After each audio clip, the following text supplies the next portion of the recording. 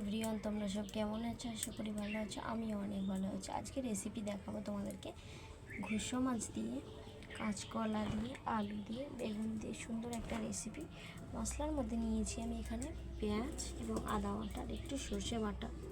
তোমরা চার মধ্যে আরও অনেক কিছু দিতে পারো। আমি কড়া গরম করে নিয়েছি, তেল দেবো। তেল গরম হয়ে গেছে, লবণ দেবো। ওগুলো প্রথমে লবণটা ভেজে না, আমি আলুগুলো দিয়ে দিয়েছি, ভেজে নিয়ে ভাজা হয়ে গেছে সুন্দর মতো। একটু সামান্য হলুদ দিয়েছি, কাঁচকলাগুলো কেটে রেখেছিলাম দিয়ে দেবো। সুন্দর করে ভেজে নামিয়ে নিয়েছি। তেল আছে, মাছগুলো একটু ভেজে নেবো। এগুলো ভেজে তুলে নিয়েছি। তেল আছে আর একটু পেঁয়াজ দেবো, 5 ফোড়ন, সামান্য ভাজবো।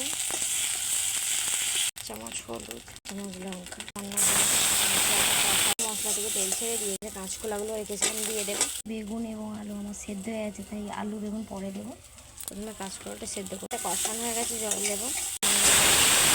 সেদ্ধ করে আচ্ছা, এখানে আমার ঝোল ফুটে গেছে এবং আমার কাঁচকলা সেদ্ধ হয়ে গেছে সুন্দর মতো। আলু বেগুন ভেজে রেখেছিলাম, দিয়েছি। এবার কষাবো সুন্দর মতো, মাছ দেবো, কষাবো সুন্দর মতো।